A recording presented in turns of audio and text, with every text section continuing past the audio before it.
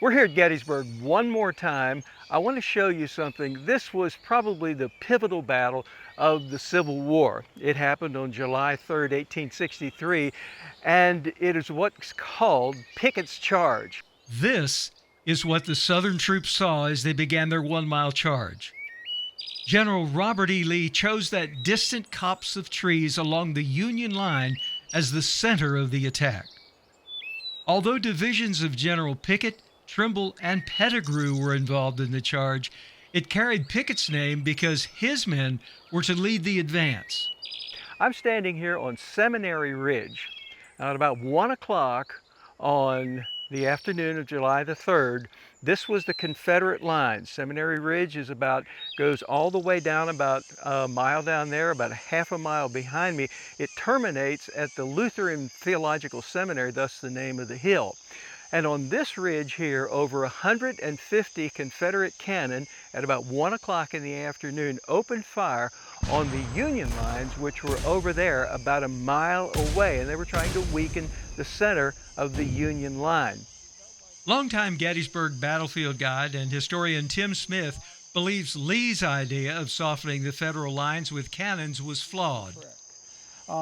The problem is the artillery bombardment, the smoke from the bombardment, the firing a shell across a mile of open fields and trying to have it explode at a very small spot along the ridge. It wasn't as effective as Lee would have hoped. From this point is where it all began.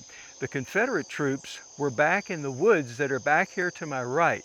And they came out at 3 o'clock in the afternoon, the infantry, and they started across this field and they went into Pickett's charge, about 12,000, 13,000, 14,000 men.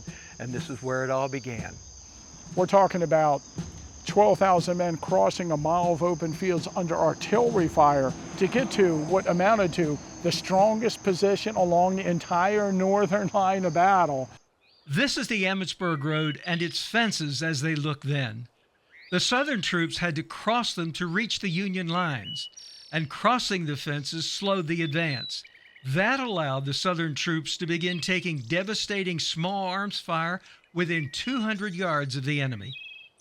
This is where the trouble and the bloodshed really started for the Confederate troops.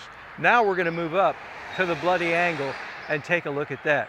What you're looking at right now is the field over which the Confederate troops came.